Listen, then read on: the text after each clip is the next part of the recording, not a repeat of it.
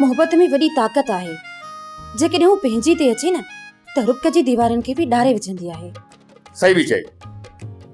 तो ताईं पहुचण लाइ जेके मूं गुनाह कया न उहे मूंखां मोहबत कराया। शमशू, मोहब्बत इंतिहाई नफ़ीस जज़्बो आहे ऐं असां गुनाह ज़िद ऐं मज़े अना जे करे कयूं था ऐं उन्हनि खे मोहब्बत जे खाते में बिल्कुलु न वञणु खपे।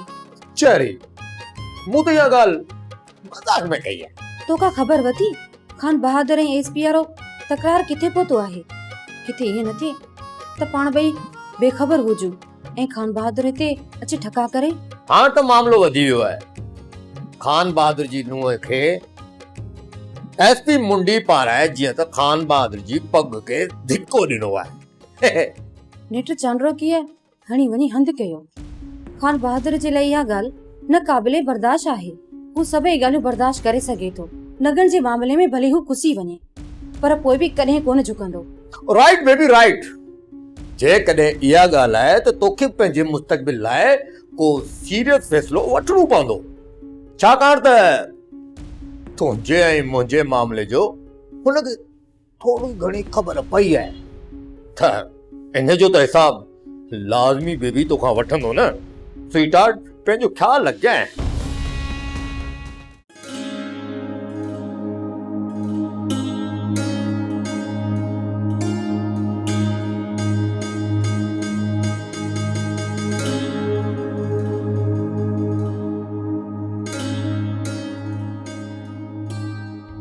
बानो, ओ माँ।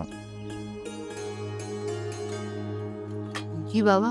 बाबा देने वाला थावा तो ही बस करी ना तो मूडी अच्छी है तो सब कुछ कह रहे हो। जी बाबा।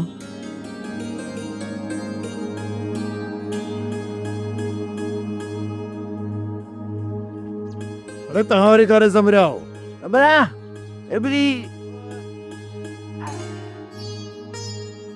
मासाद गुलाम रसूल तोखे पहिरियों चयो हुयो मच्छीअ जे शिकार ते हलूं था छो तो मच्छीअ जो बोड़ मासाद बानो भलो पचाईंदी आहे। भली मक्खण हण पर अज मच्छी खाइण जो आसरो मुंह में न रखजा। कोन पचाईंदस मां मच्छी। अच्छा ठीक है जने या ॻाल्हि आहे त वो वञी रांदि रूंदी कयो। हलो जाम जो महिल सां मोटिजो। वेरुन जी वस्ती वेरुन जी वस्ती।